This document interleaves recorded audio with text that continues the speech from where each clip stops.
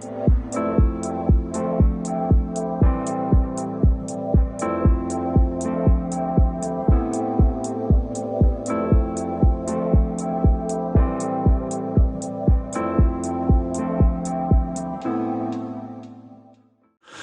Keith.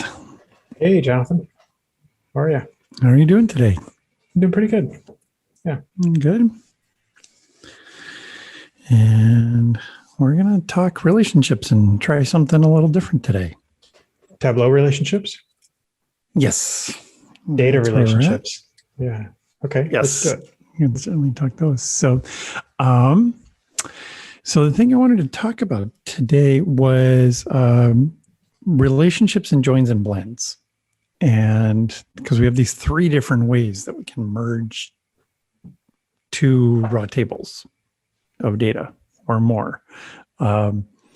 And there's differences between them. And what I was thinking was, because we could go a long ways in just detailing everything out, and we're trying to be more conversational and have some fun with this, that I've got some different ideas for topics. I will kind of semi-randomly pull a topic out of the hat, and then we talk about how we think about that in terms of with the lens of what is it like for relationships, for joins, and for blends. Okay. I love it. One of the podcasts I listen to has this segment called Half Full, Half Empty, where they just throw out a topic and they just chat about it for a little while and then they move on. It's that kind of thing. Yep. Okay. Yep. Great. So I thought I'd start with kind of the really basic thing about, and I set up this table here so we could kind of fill in and in as we go and everything. Just where we define these things. So where in our data source and in our views are we defining it? So if we look at this, if we think about joins, we're defining those in our Tableau data source. Right. Like it's inside of the data source, you define the join and that's where it is. Yep. Yep. And then in the blend, that's defined in the view, our linking dimensions in the view. Right. And the blend is between different data sources. So definitely it's got to be in the view because there's multiple data sources and they come together in the view. Yep. Mm-hmm.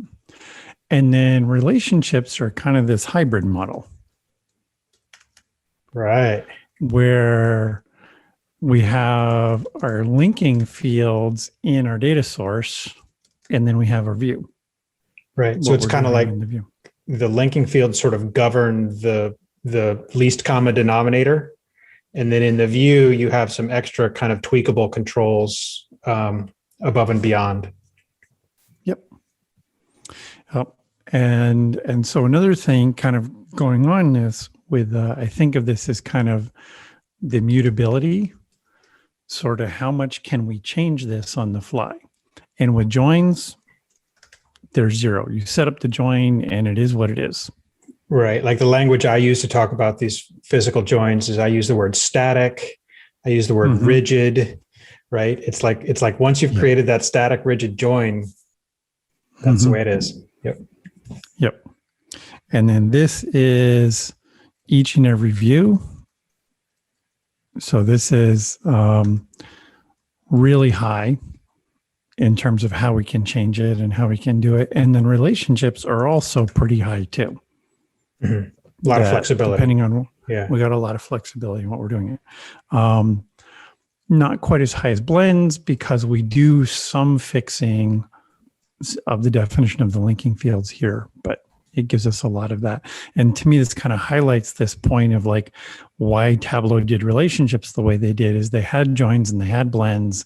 How can we get something that gives us a lot of the best of both? Right, because the relationships is a completely additive feature. You still have the joins, you still have the blends, you can still use those things. So the relationships is just expanding the universe, not trying to replace what was already there. Yep. Yeah. So another thing to kind of talk about, just looking at my list here, is join types. When we think of kind of coming from the world of SQL and join types, And back in 2014, I did my extreme data blending talk at TC14. And the thing I said about blends then were they are not a left join. They are a variation on a left join. And in my presentation, I had that in big all caps letters. Right. It's not a left join. And it took me maybe like 5 years, but later I went back and I went through that talk step by step and I rebuilt every view and I learned for myself it's not a left join. Yeah. Yeah. So we can sort of simplify to think of it as an aggregated left join that we're aggregating our secondary tables and then we're keeping the detail from our primary tables. Yeah, I think the language you used at the time was it's a post-aggregate left join. Left join. Yep. But then you've got all this other stuff going on under the hood, whereas at DB1 or DB2, and it isn't still necessarily exactly a left join, but it can be thought of in that way. Yeah. And then with joins, we have everything, all our different kinds of joins, left, right, inner, outer, right, all of that. You can do it all, but then once you've done it, it's static and rigid. Yep. So maybe instead of 0, we can just say static. And then with relationships, this is kind of based on the view and the fields used in the view. Right. So I can still get everything, right? Like I can still get all the join types. I think it's also in everything. Like you can still get everything out of it, right? I've found, and when it comes to absolutely full outer row level outer joins, right, totally. Because the other day we were looking at trying to use like a record level calc to identify the mismatched dimension members and like the is null. Yep. And a record level calc can't work across a full outer. It only works on the intersection of the dimension members that are in common. So it isn't quite everything. Yep. So it's pretty close. And that's something that we can do a whole other podcast on. Yeah. Picking something else out. How are these things displayed? So what is our user interface for these? So with relationships, we've got the noodle. And then with joins, we have straight lines and the Venn diagrams as we look at it. And actually have a Tableau go that way. I've got a Tableau workbook set up. So looking at this with our joins inside logical table, there's our Venn diagram. I've got a full outer join set up here. The straight lines. Yep. And I'm going to switch over to this. So with the noodle, we don't see the Venn. And if I drag it around at all, then we see our noodle showing up. And then I also have in this, there's a blend source set up. And in the blends, we get to see that because we have the primary blue and the secondary orange icons on our data sources in the data window. And so then when you click on the secondary, the orange one, then you have your linking fields also. Yep. So we have the data source icons and linking fields. So kind of how they're expressed. Anything you think we should talk about as far as the different kinds? Like ways to work between them. To me, like the big one is when. Like when do you want one thing over the other, right? And probably we could go on and on and on. So it might be hard to fit into those little cells. But to me, relationships, the when is when I really want kind of all of the flexibility in the types of questions I'm going to ask from the one data source. Yep. So it's when I'm in more exploratory mode, right? And also I want to use relationships when I've got data that goes together, but it doesn't go together. Like it's tangentially related data sets that are at different levels of detail. So they're related, but they're not the same. They don't exactly line up quite right. And then let me know if you disagree. For joins, I think I want to use joins when everything's at the same level of detail. And I might also want to use joins when I'm in engineering mode. Right? Like, so I'm coming, maybe not all the time, but I'm coming out of exploratory mode, and I'm gonna really engineer something that's gonna work the same every time. And I'm really like designing something that's going to function at scale on billions of records where nobody can get the wrong answer. And I always want the certain join type, et cetera. Yep. I'm going to add one more to this. When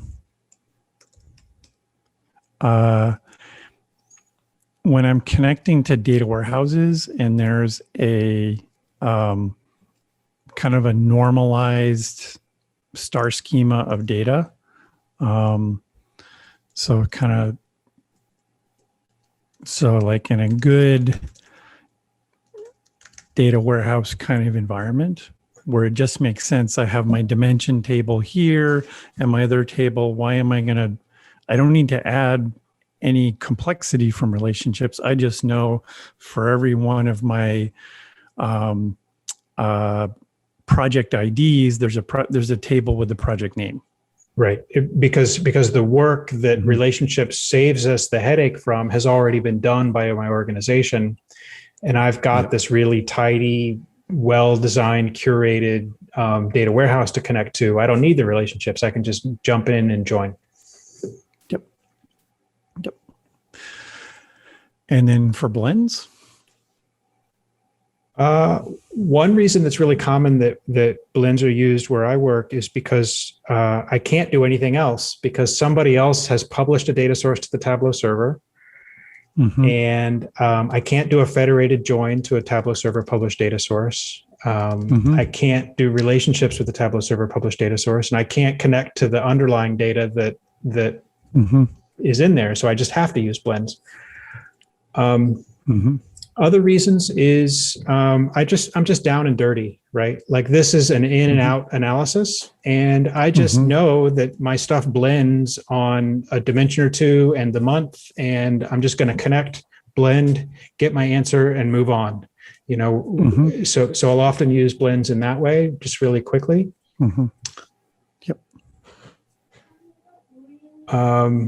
Yeah.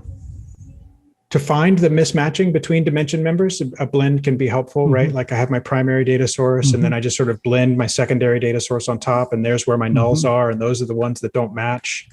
So that kind of goes in the down and dirty kind of category, I think. So I'm just going to put this as kind of another thing, like finding mismatched values. Yeah. That I actually find relationships better than blends.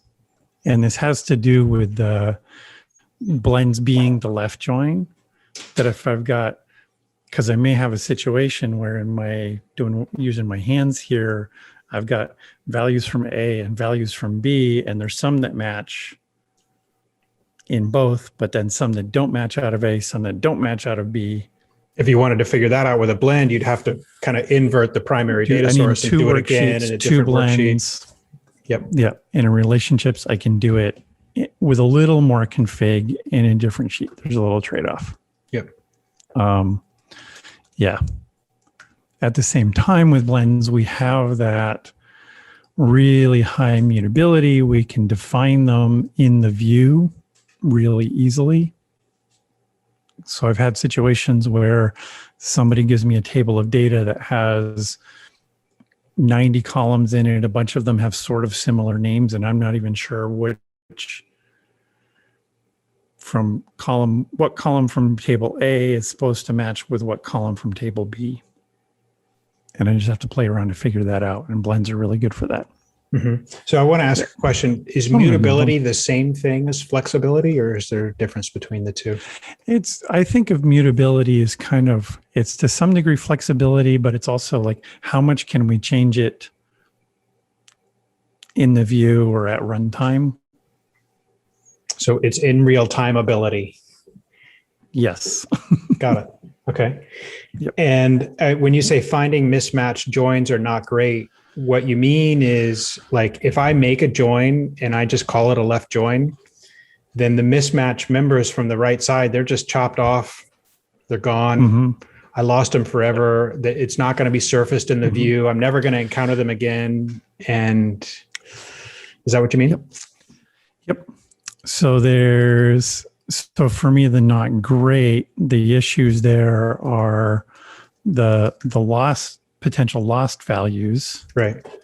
And the replication from a join. So if I have 50 million rows from table A and 500,000 rows from table B, if I do a full outer join on those and I make a mess, I could end up with millions, billions of rows. And I'm just trying to figure out what works here. And that thing you talked about with blends and speed, that's where the aggregation works. And that's where the way relationships work.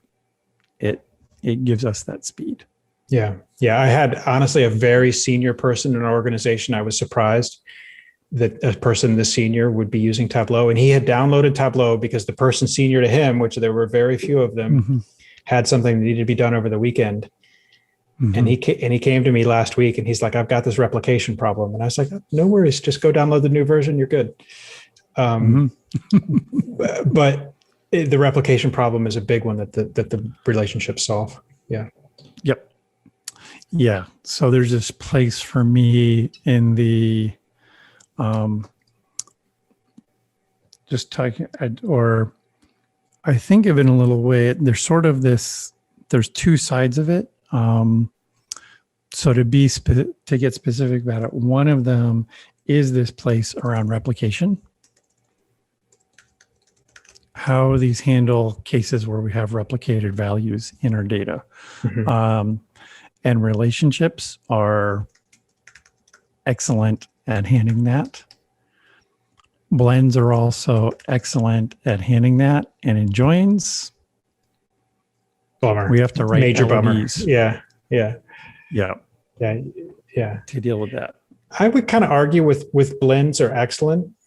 I mean, they do the replication thing fine, but they come with such extra baggage all around that I think there's sort of some bleed over into this that makes it not worth the while usually. So, well, this is part of the other thing I wanted. Like for me, the other side of this is fragility. Kind of fragility. There you go. Right. So blends are excellent at the replication thing, but at the cost of fragility. Yeah. Good. Yeah. They break.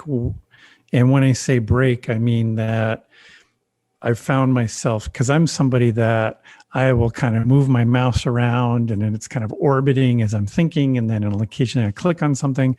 And if I click on a linking dimension, I can just break my blend and I don't even notice. Yeah. Back when I was running my blog, I remember you talked me out of writing the post titled Blending Blows. I hated theta blending. I just hated it. I hated it. And it was the fragility that was the problem. And later with time and effort and learning, I learned that there is a place for blending, and actually it's kind of a small corner in my universe, but there is a place for it, and it doesn't blow. You just have to know how it works. But for the most part, in my opinion, you just, now that we have relationships, especially to kind of alleviate the problems with the joins, anytime you can, you want to be building relationships and put everything in a single data source instead of going across a blend. Yeah. So in that, if we go to relationships, they're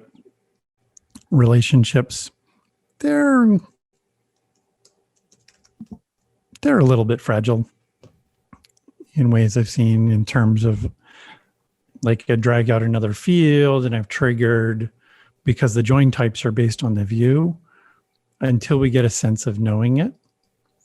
It's kind of like a little sort of until we learn a bit about it. Totally. That's exactly what I would add. Like there's a data source that for action analytics I'm building right now. And so much of it has to do with that, like getting down into the nitty gritty about, well, which measures do we have in the view and how does it work? And I think back to when LODs were introduced. Now we all pretty much just write LODs like the back of our hand and we don't even think twice about it. Yep. Maybe when we should think twice because we could get them to behave better and we don't need to be doing what we're doing. But for the most part, there was this whole kind of learning curve.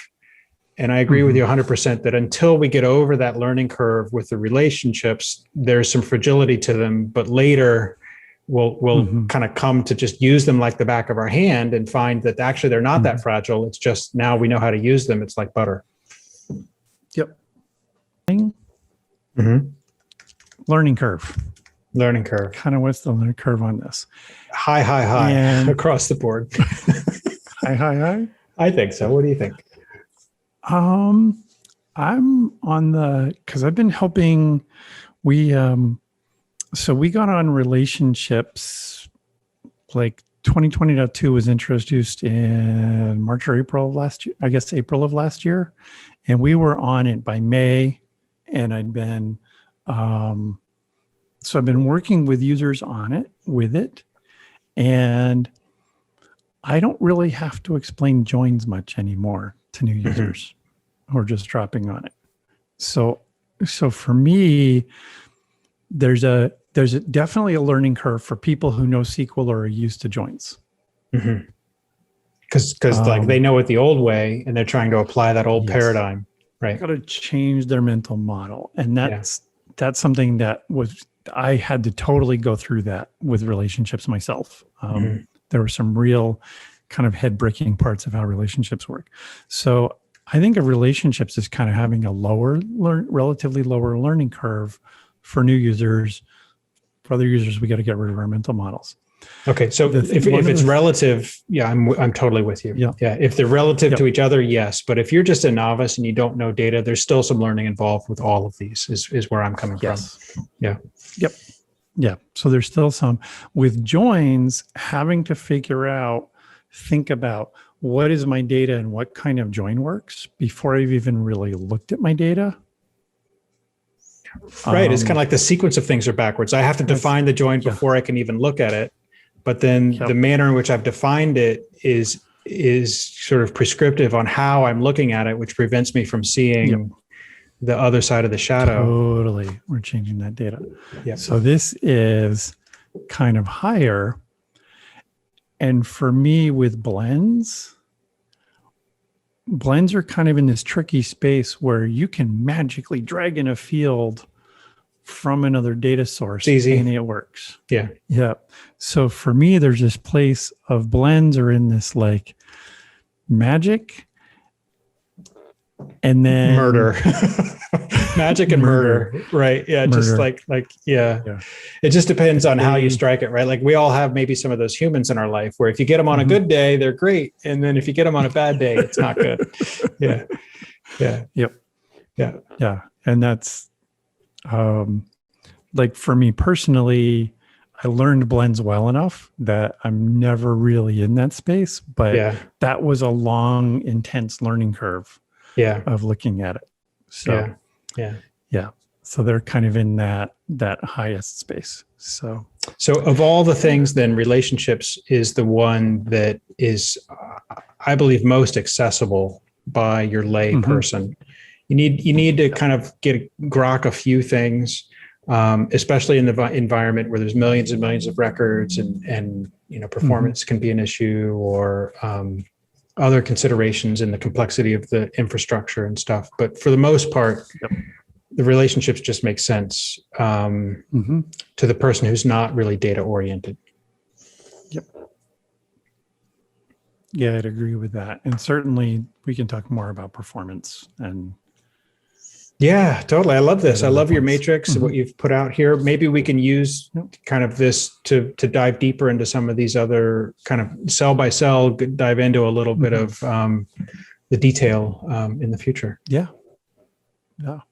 And I'm just going to throw this out there for any of you watching. If there's particular topics here, you're thinking like, why did you say that? My experience is totally different. Let us know. Yep. Or if there's places where you want us to dive deeper, definitely let us know. Yeah. Yeah. All right. Okay. Well, Thanks, you, Jonathan. Keith. This has See you been next fun. time.